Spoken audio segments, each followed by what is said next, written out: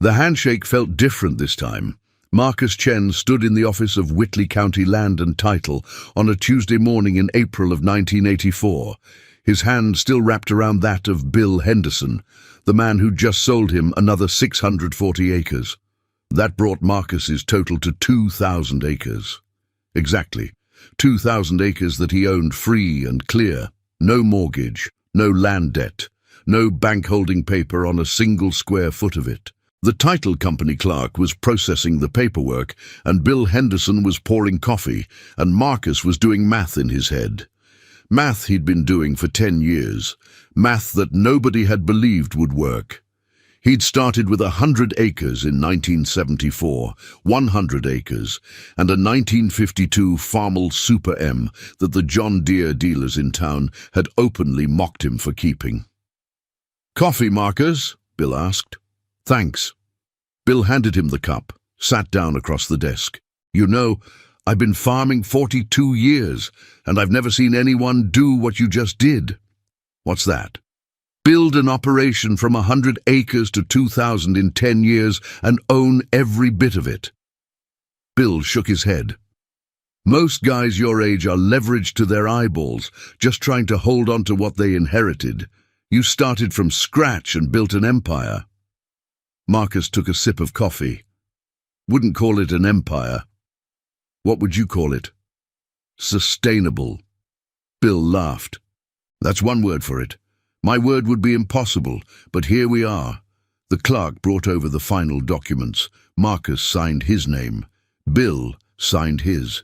And just like that, Marcus Chen owned 2,000 acres of some of the best farmland in southern Kansas. All of it paid for with cash he'd saved by refusing to do what everyone told him he had to do. All of it built on a strategy that started with one simple decision: keep the old Farmall and don't go into debt. Now, before I tell you how Marcus did this, I need you to understand something. This isn't a story about luck or perfect timing or family money. Marcus Chen came from nothing. His parents were immigrants who ran a small restaurant in Wichita. He had no farming background, no inheritance, no connections. What he had was a mind for numbers and a willingness to be called cheap by every implement dealer in the county. And if you want to know how those two things turned 100 acres into 2,000, hit that subscribe button right now, because what you're about to hear is going to challenge everything you think you know about building wealth in agriculture. Let me take you back to the beginning. March 1974. Marcus Chen was 26 years old, working as an accountant in Wichita, and completely miserable. He'd gotten his degree, landed a good job at a mid-sized firm, and discovered within 6 months that sitting in an office adding up other people's money was going to slowly kill his soul. He wanted to build something, own something, create something with his hands that existed in the real world, not just on paper. His father thought he was crazy when Marcus said he wanted to farm. "You don't know anything about farming," his father had said in Mandarin, standing in the kitchen of the family restaurant at 5 in the morning, prepping vegetables for the lunch rush. "I can learn." "With what money?" "Farming takes land. Land costs money we don't have. I've been saving. I've got $18,000. His father had stopped chopping, looked at him.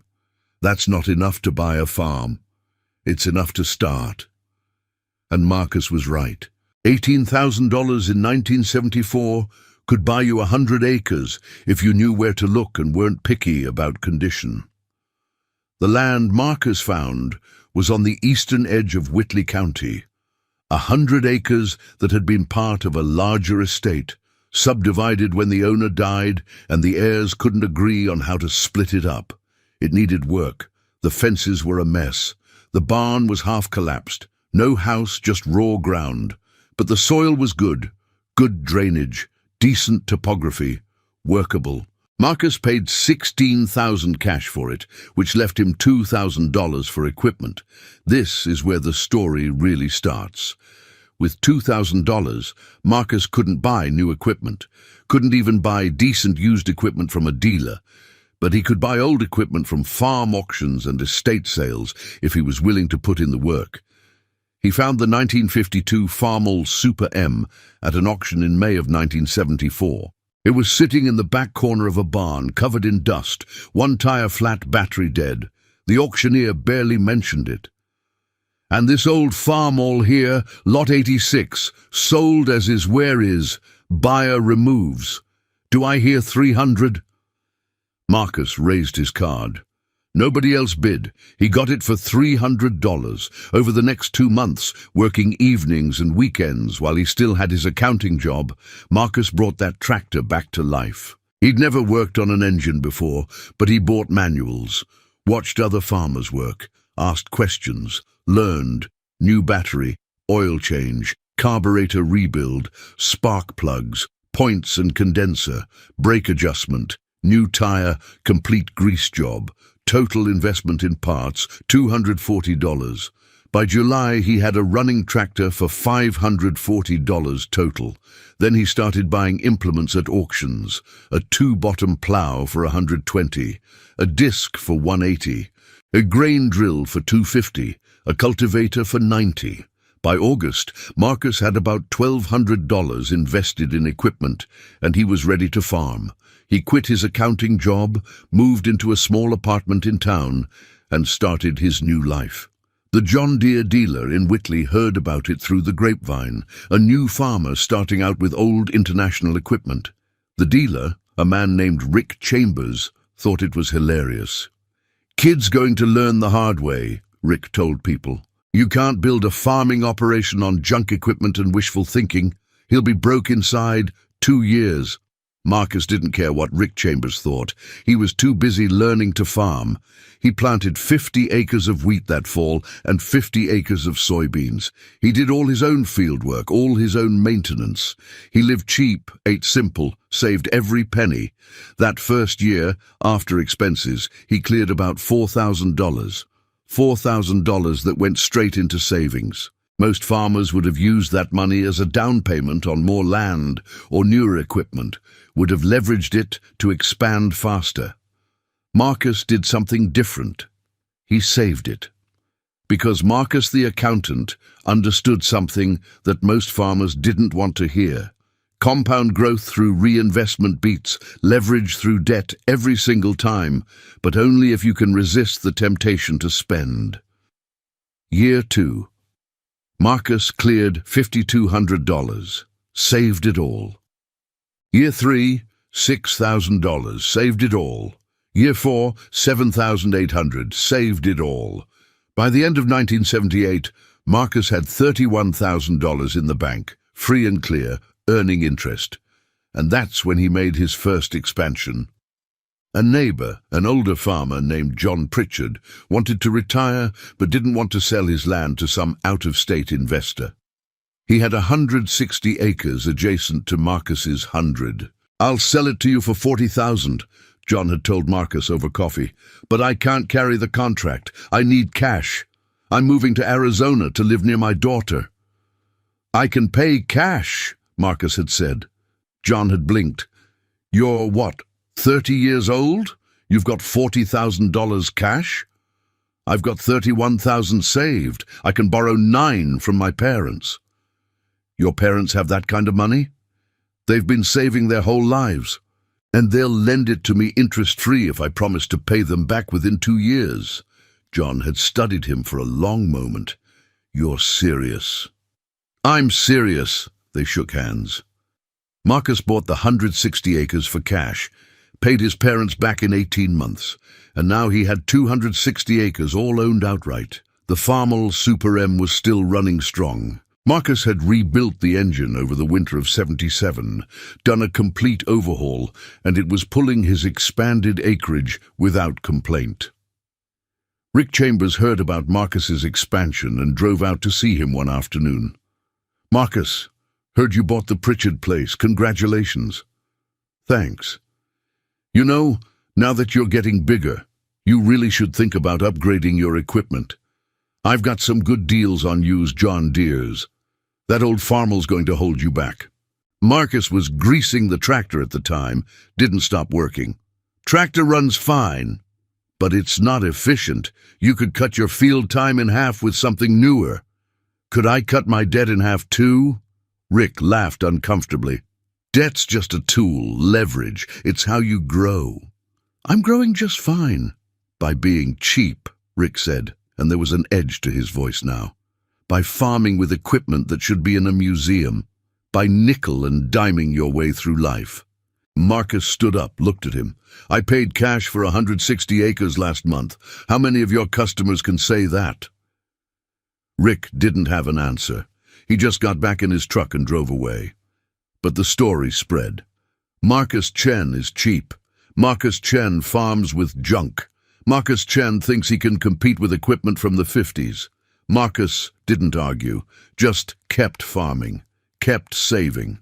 Here's what I need you to understand, and this is critical. The implement dealers, the banks, the whole agricultural financing system, they're built on the assumption that farmers will spend money to make money, that you need to leverage debt to grow, that cheap equipment means cheap results.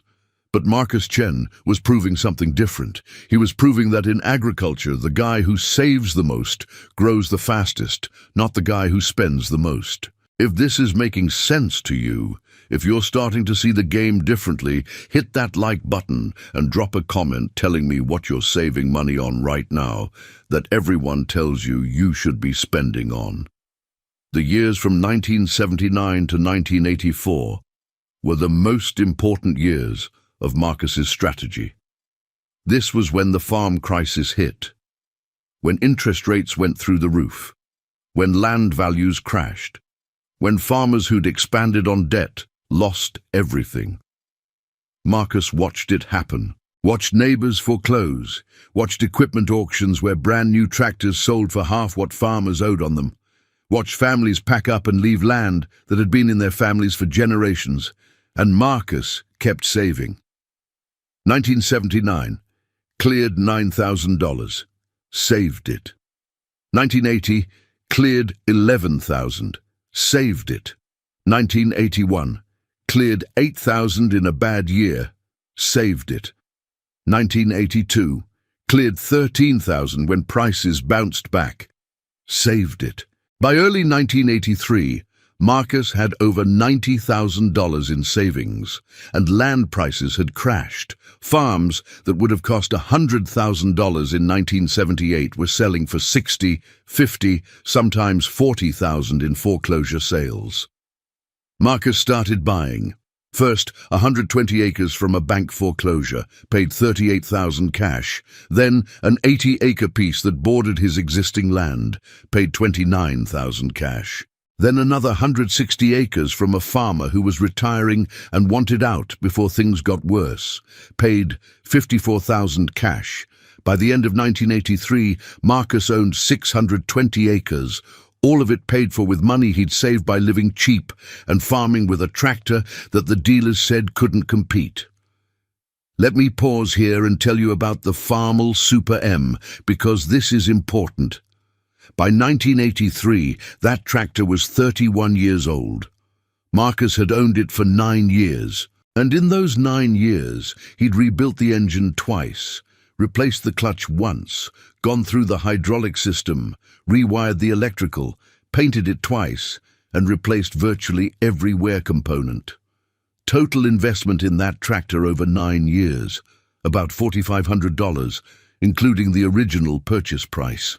A farmer who'd bought new in 1974 and traded up every 5 years would have spent over $80,000 in equipment payments alone over that same period. Marcus had saved $75,000 by keeping the old Farmall, and he'd used that $75,000 to buy land that would appreciate in value instead of equipment that would depreciate. That's the strategy nobody talks about. That's the math the dealers don't want you to do. In 1984, when Marcus bought that final 640 acres from Bill Henderson and crossed the 2,000-acre threshold, Rick Chambers drove out to Marcus's farm. Marcus was in the machine shed working on the Farmall, 32 years old at this point, still running, still working. Rick got out of his truck, walked over, stood watching for a minute. "Marcus." "Rick." "Heard you bought the Henderson place." "I did. 2,000 acres now." "That's right." Rick was quiet for a moment. "I owe you an apology." Marcus looked up from the hydraulic line he was replacing. "I called you cheap," Rick continued. "Called your equipment junk. Told people you'd be broke inside 2 years. That was 1974, 10 years ago. I remember. You proved me wrong, proved everybody wrong." Rick walked over to the Farmall, ran his hand along the hood. "This tractor, this cheap old tractor, it built a 2,000-acre operation, and most of my customers who bought new, who financed the best equipment, who did everything I told them to do, they're gone now. Foreclosed, sold out, moved away." Marcus set down his wrench. "It wasn't the tractor that built the operation, Rick. It was the money I didn't spend on tractors. I know that now. Took me 10 years, but I know it. So what are you going to tell your next young farmer who wants to start small and stay out of debt?" Rick thought about it. The truth, that leverage is a gamble, that debt is risk, that sometimes the slowest way forward is the only way that gets you there. Marcus nodded. "Appreciate you saying that." After Rick left, Marcus went back to work on the Farmall. It needed new seals in the hydraulic pump, needed the carburetor adjusted, needed the usual attention that old equipment required. But it ran, and it would keep running, and every dollar Marcus didn't spend replacing it was a dollar he could use to buy more land, or weather a bad year, or simply save for the future. Now let me ask you something, and I really want you to think about this. How much of what you're told you need to spend money on is actually necessary, and how much of it is just someone else trying to make a profit off you? Because that's what Marcus Chen figured out, that most of the pressure to upgrade, to modernize, to spend, it wasn't coming from necessity. It was coming from people who benefited from him spending money. Drop a comment and tell me one thing you're resisting buying right now, even though everyone says you need it. The expansion didn't stop at 2,000 acres. By 1990, Marcus owned 3,200 acres, all of it paid for in cash as land became available and he had the money saved. By 2000, he was at 4,800 acres. By 2010, he'd crossed 6,000 acres. And through all of it, through every expansion, every acquisition, every year of farming, Marcus followed the same strategy: live cheap, save aggressively, buy land only when he had cash, never finance equipment, maintain what he had. Resist the pressure to look successful instead of being successful. The Farmall Super M finally retired in 1994 after 42 years of service. Marcus had owned it for 20 years. It had helped him build an empire. He didn't scrap it, didn't sell it. He restored it completely, painted it, made it beautiful, and parked it in a climate-controlled shed on his farm. "That tractor bought my freedom," he told his kids. "Least I can do is preserve it." In 2015, Marcus Chen was invited to speak at a young farmers' conference in Kansas City. He was 67 years old, still farming, still active in his operation. The organizers wanted him to talk about his expansion strategy, about how he'd built one of the largest privately held farming operations in Kansas. Marcus stood at the podium, looked out at 200 young farmers in the audience, and told them the truth. "I didn't build this operation by farming better than everyone else," he said. "I built it by spending less than everyone else. That's the whole secret. That's the entire strategy." He paused. Let that sink in. "In 1974, I had a choice. I could buy new equipment and look like a real farmer, or I could buy old equipment and save the difference. I chose to save the difference, and over the next 10 years, I saved enough money to turn 100 acres into 2,000. But it wasn't easy. People called me cheap, called my equipment junk, said I couldn't compete, and you know what? They were right about the equipment. It was old. It was slow. It wasn't efficient by modern standards. But they were wrong about competing, because I wasn't trying to compete on productivity. I was competing on survivability. And in agriculture, survival isn't about who produces the most. It's about who's still standing when the markets crash and the weather fails and the banks get nervous. A young farmer in the front row raised his hand. But didn't you eventually have to upgrade? You can't farm 6,000 acres with a 1952 Farmall. Marcus smiled. No, you can't. I bought more equipment as I expanded. But I never bought new, and I never financed. I bought used equipment for cash, maintained it well, and replaced it only when necessary. And every dollar I didn't spend on equipment was a dollar I could use to buy land. But that's so slow, another farmer said. That's like, 10 years to get to 2,000 acres? Most guys want to grow faster than that. Most guys lose their farms, Marcus said quietly. Most guys who try to grow fast end up growing broke. Because fast growth requires leverage, and leverage requires debt, and debt requires everything to go right. One bad year, one market shift, one unexpected expense, and leverage crushes you. He looked around the room. How many of you know someone who lost their farm in the 80s? Almost every hand went up. How many of those people had debt? The hands stayed up. That's my point. The game is designed to keep you in debt. The dealers, the banks, the input suppliers, they all profit when you borrow money. They want you to believe that debt is normal, that leverage is necessary, that you can't succeed without financing. But I'm living proof that's a lie. You can succeed. You can build something huge. You can create generational wealth, but only if you're willing to be called cheap while you do it. The standing ovation lasted 3 minutes. After the speech, dozens of young farmers lined up to talk to Marcus, to ask questions, to get advice, to hear more about how he'd done it. And Marcus told them all the same thing. Save more than you spend. Buy what you can afford, own what you use, and ignore everyone who tells you you're doing it wrong. Marcus Chen is 76 years old now. He still owns his farming operation, though he's semi-retired, and his sons run most of the day-to-day operations. The operation has grown to over 8,000 acres, all of it owned free and clear. No debt, no mortgages, no banknotes. And in a climate-controlled shed on the main farm, the 1952 Farmall Super M sits in perfect condition, a monument to the tractor that started it all.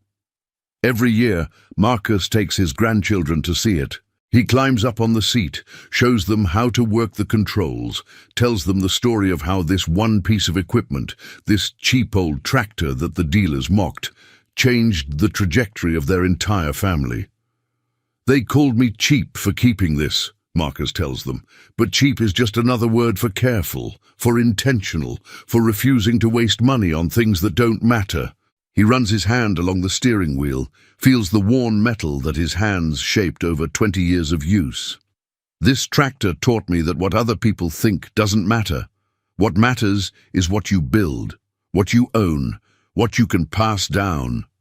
He looks at his grandchildren, and that's worth more than all the new equipment in the world. So let me leave you with this final thought. Right now, someone is trying to sell you something.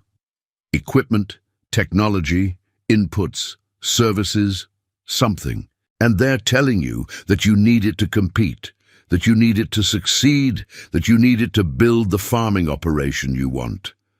But Marcus Chen proved something different.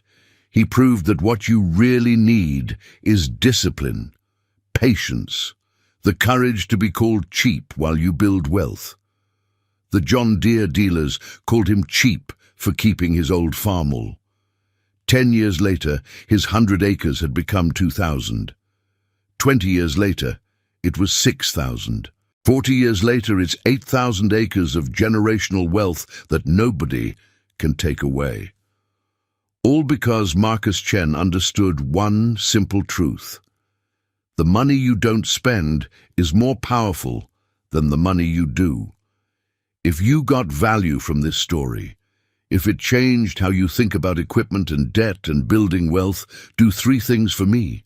First, hit that subscribe button.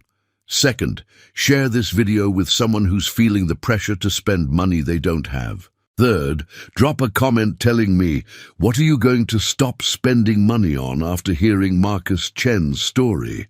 I'll see you in the next one.